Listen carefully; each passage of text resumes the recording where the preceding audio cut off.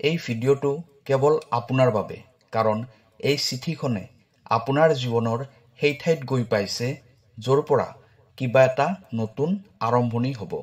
এইটো কোনো সাধাৰণ মেছেজ নহয়, এইটো ব্ৰহ্মাণ্ডৰ ফালৰ পৰা আপোনাৰ বাবে এক বিশেষ নিমন্ত্ৰণ হয়। এইটো শেষলৈ চাই থকাটো আপোনাৰ বাবে বহুত প্ৰয়োজনীয়, কাৰণ এই ভিডিঅ'টোৰ প্ৰতিটো শব্দত সেই সংকেত লুকাই আছে যিয়ে আপোনাক আপোনাৰ প্ৰকৃত উদ্দেশ্যৰ ফালে লৈ যাব। প্ৰিয় দৰ্শক, আছামিজ এষ্ট্ৰলজীলৈ আপোনাক স্বাগতম জনাইছোঁ। মই এষ্ট্ৰলজাৰ ধীৰাজ শৰ্মা। ভিডিঅ'টো শ্বেয়াৰ কৰি দিব আৰু কমেণ্টত লিখিব থেংক ইউ ইউনিভাৰ্ছ, জয় বজৰংবলী।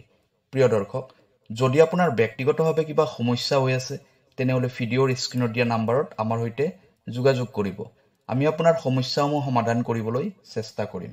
এতিয়া হওক ভিডিঅ'ৰ পৰৱৰ্তী অংশলৈ যাওঁ। আজি আপোনাৰ চাৰিওফালে যিবোৰ ঘটনা ঘটি আছে সেই সকলোবোৰ মিলিয়েই আপোনাক এই সময়ত এই মেছেজটোৰ সন্মুখলৈ লৈ আহিছে। এই চিঠিখনৰ প্ৰতিটো শব্দ মনোযোগেৰে শুনিব, কাৰণ এইটো কেৱল জ্ঞান নহয়, আপোনাৰ আগন্তুক যাত্ৰাৰ নক্সা হয়। এনেকুৱা হ'ব পাৰে যে আপুনি সম্পূৰ্ণ কথাবোৰ বুজি নাপাব পাৰে, কিন্তু আগন্তুক দিনবোৰত আপোনাৰ ক্ষেত্ৰত যিবোৰ ঘটনা ঘটিব আপুনি নিজেই ভাবিব যে হয়, এই সকলোবোৰতো আগতেই কোৱা হৈছিল।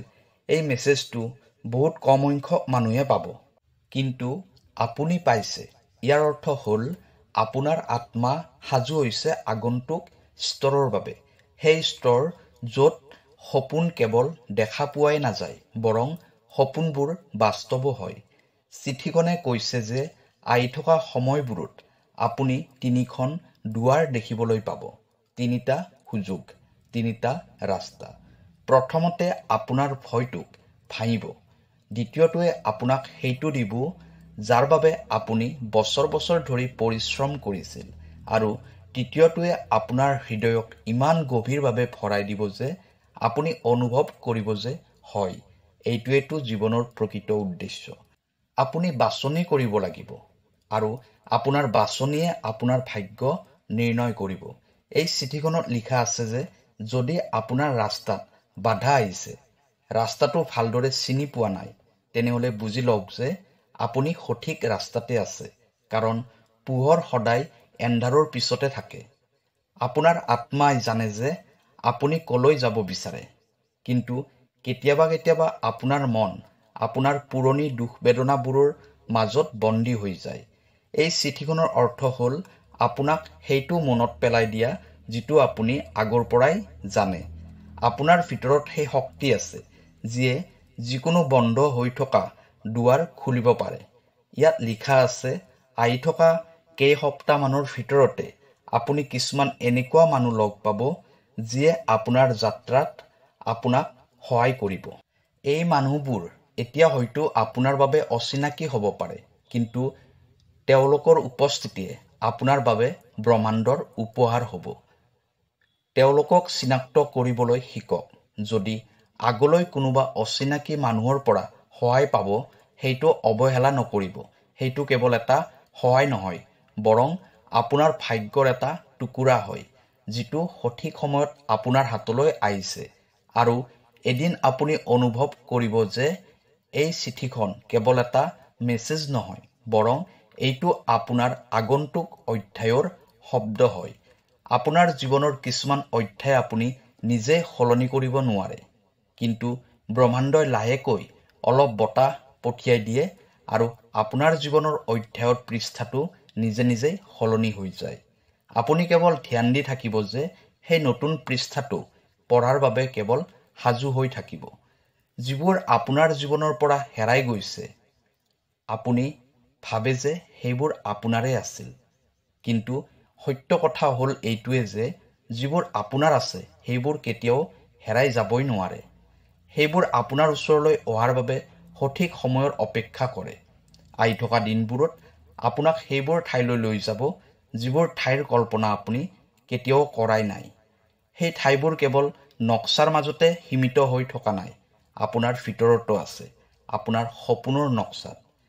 কেতিয়াবা কেতিয়াবা যদি আপোনাৰ নিজকে অকলশৰীয়া যেন অনুভৱ হয়, তেতিয়া আকাশৰ তৰাবোৰৰ ফালে চাব। তেতিয়া প্ৰতিটো তৰাই আপোনাক মনত পেলাই দিব যে আপুনি এই বিশাল ব্ৰহ্মাণ্ডৰ এটা অংশ হয় আৰু ইয়াত একোৱে সংযোগেৰে নহয়। যেতিয়া আপোনাৰ এনেকুৱা অনুভৱ হয় যেন গোটেই পৃথিৱীখনেই আপোনাৰ বিপক্ষে আছে, তেনেহ'লে বুজি ল'ব যে ব্ৰহ্মাণ্ডই আপোনাৰ পক্ষত কাম কৰি আছে। কেৱল ব্ৰহ্মাণ্ডই সেইবোৰ বস্তু আঁতৰাই দি আছে যিবোৰ বস্তু আপোনাৰ বাবে নহয়, আপোনাৰ বাবে প্ৰয়োজনীয় নহয়।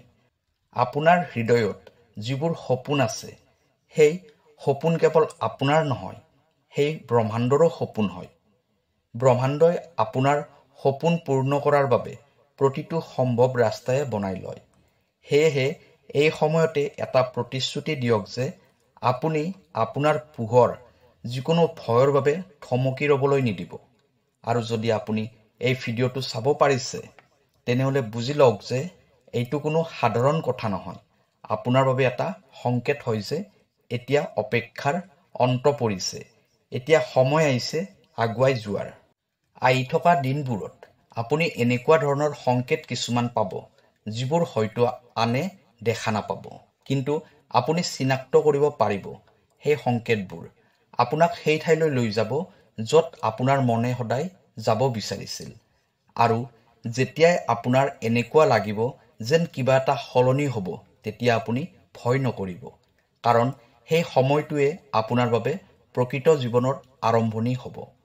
যেতিয়া আপুনি আপোনাৰ ৰাস্তাত এন্ধাৰ দেখিব, তেতিয়া বুজি ল'ব যে আপুনি কোনো ভুল ৰাস্তাৰে গৈ থকা নাই, আপুনি সঠিক ৰাস্তাৰে গৈ আছে। কাৰণ এন্ধাৰ তেতিয়াই আহে যেতিয়া নতুন প্ৰভাতৰ জন্ম হ'ব লগা হয়। আপোনাৰ জীৱনৰ প্ৰতিটো বাধা, প্ৰতিটো পলম, প্ৰতিটো আধৰুৱা আশা আকাংক্ষা আচলতে আপোনাক সঠিক সময়ত সঠিক ঠাইত লৈ যোৱাৰ এটা পদ্ধতি মাথো। ব্ৰহ্মাণ্ডই জানে যে আপোনাৰ মনে কেতিয়া হাঁহে আৰু সেই দিনবোৰ বহুত দূৰত নাই যেতিয়া আপোনাৰ প্ৰতিটো সপোনেই বাস্তৱ ৰূপ ল'ব। সেইদিনা হয়তো আপুনি পিছলৈ ঘূৰি চাই ক'ব, ঈশ্বৰক ধন্যবাদ জনাইছোঁ, মই যেনেকৈ ভাবিছিলোঁ তেনেকুৱা একোৱেই নহ'ল, বৰং তাতকৈ বহুত গুণ ভাল হ'ল। সেইবাবে আজি এই সময়ত কেৱল এইটোৱে বিশ্বাস ৰাখিব যে আপোনাৰ কাহিনী এতিয়াই শেষ হোৱা নাই। আৰু যদি আপুনি এই মেছেজটো শুনি আছে, তেনেহ'লে এইটো কোনো সাধাৰণ কথা নহয়। এইটো সেই মহান পৰিকল্পনাৰ অংশ হয় যাৰ প্ৰতিটো পৃষ্ঠা কেৱল আপোনাৰ বাবেই লিখা হৈছিল। হ'ব পাৰে আপুনি এতিয়া কলৈ গৈ আছে আপুনি নিজে নাজানে, কিন্তু যিটো শক্তিয়ে আপোনাক আগুৱাই লৈ গৈ আছে, তেওঁ সেই লক্ষ্যস্থানৰ বিষয়ে জানে। এই চিঠিখনত আৰু এটা কথা লিখা আছে যে যেতিয়া কোনোবা এখন দুৱাৰ বন্ধ হৈ যায়, তেতিয়া তাতেই ৰৈ নাযাব, কাৰণ পিছফালেৰে কোনোবা এখন দুৱাৰ লাহে লাহে খুলিব ধৰিছে আৰু সেই দুৱাৰখনেৰে পোহৰ সোমাই আহিছে। ব্ৰহ্মাণ্ডই কৈ আছে যে আপুনি যি পাইছে সেইটোৰ বাবে আপুনি ধন্যবাদ জনাওক, আৰু যিটো পোৱা নাই সেইটো আপোনাৰ ওচৰলৈ সঠিক সময়ত আহিবই। সেইবাবে আগলৈ যেতিয়া আপুনি যিকোনো এটা সৰু সংকেত পালেও সেইটো অৱহেলা নকৰিব। হ'ব পাৰে সেইটোৰে আপোনাৰ ভাগ্যৰ প্ৰথম দুৱাৰ। আৰু যদি আপোনাৰ এনেকুৱা অনুভৱ হৈ আছে যেন এই শব্দবোৰ আপোনাৰ হৃদয়ৰ গভীৰলৈ সোমাই গৈ আছে, তেনেহ'লে বুজি লওক যে এই ব্ৰহ্মাণ্ডৰ চিঠিখন আপোনাৰ বাবেই লিখা হৈছে। যদি আপুনি এই মেছেজটো এইখিনিলৈকে শুনি আছে, তেনেহ'লে আপোনাৰ ভিতৰত সেই ধৈৰ্য আছে, সেই বিশ্বাস আছে, সেই ভৰসা আছে, যাৰ বাবে আপুনি যিকোনো লক্ষ্যস্থানতে গৈ পাব পাৰে। আপুনি হয়তো মনতে ভাবিব পাৰে, এতিয়াতো বহুত দেৰি হৈ গ'ল, কিন্তু ব্ৰহ্মাণ্ডই কৈছে নহয়, এতিয়াতো কেৱল আৰম্ভণি হৈছে। যিবোৰ মানুহে হাৰ মানি লয় তেওঁলোকে নাজানে তেওঁলোকৰ জয় কিমান ওচৰত আছিল। মাত্ৰ এখোজ আগবঢ়াই দিলেই অসম্ভৱটোও সম্ভৱ হৈ যায়। প্ৰিয় দৰ্শক, যদি এই মেছেজটো আপোনাৰ হৃদয়ৰ গভীৰত সোমাই গৈছে, তেনেহ'লে এইটো হৃদয়ৰ মাজতে থাকিবলৈ দিয়ক, কাৰণ যিদিনাখন আপুনি এই মেছেজটো পাহৰি যাব, সেই দিনটো মনত পেলাই দিবৰ বাবে আকৌ নতুন এটা মেছেজ পঠাই দিব। কাইলৈ আকৌ লগ পাম অন্য এটা ভিডিঅ'ত। ধন্যবাদ।